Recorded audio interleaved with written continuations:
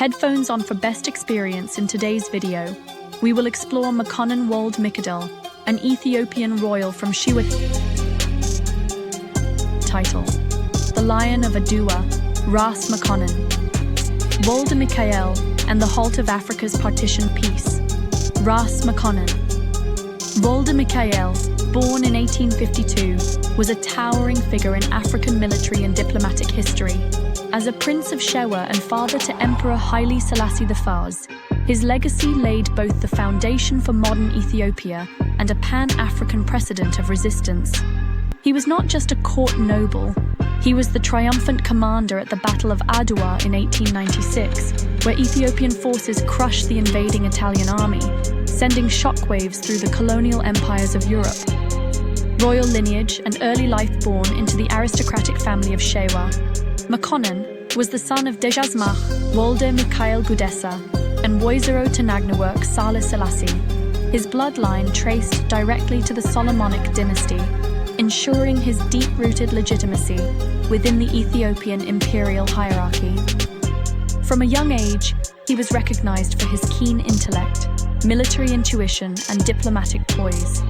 Makonnen grew up under the reign of Emperor Tewodros II and later Emperor Johannes IV, absorbing the tensions of an Ethiopia fending off internal rivalries and foreign interests.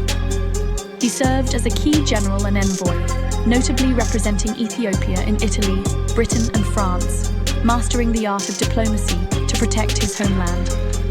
Rise of Menelik II and Makonnen's role.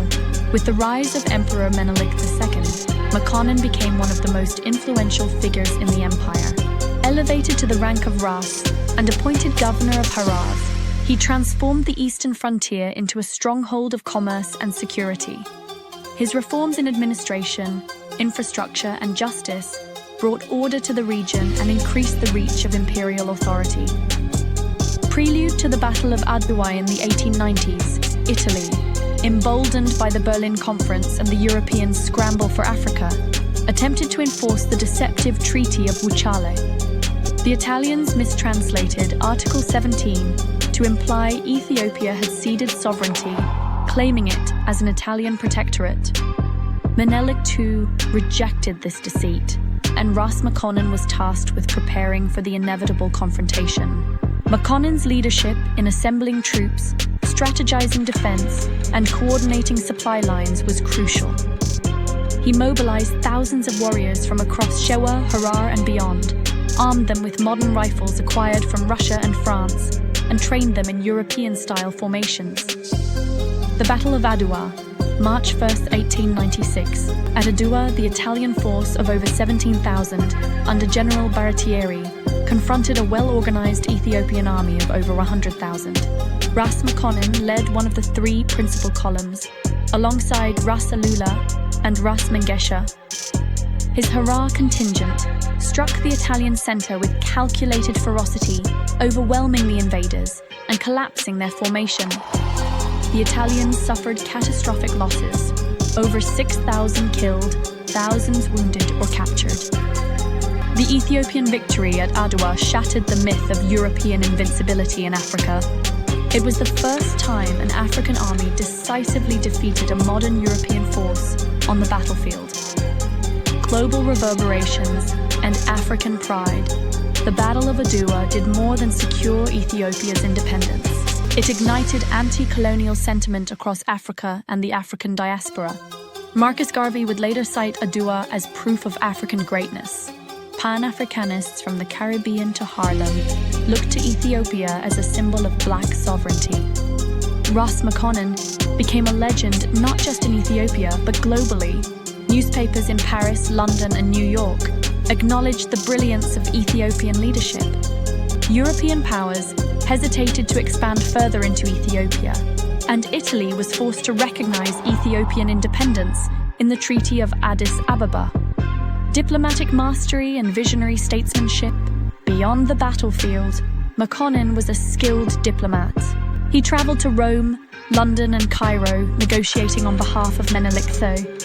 His fluency in multiple languages and understanding of European politics gave him a unique edge. He also introduced telegraphs, roads, and modern schools to his governorship.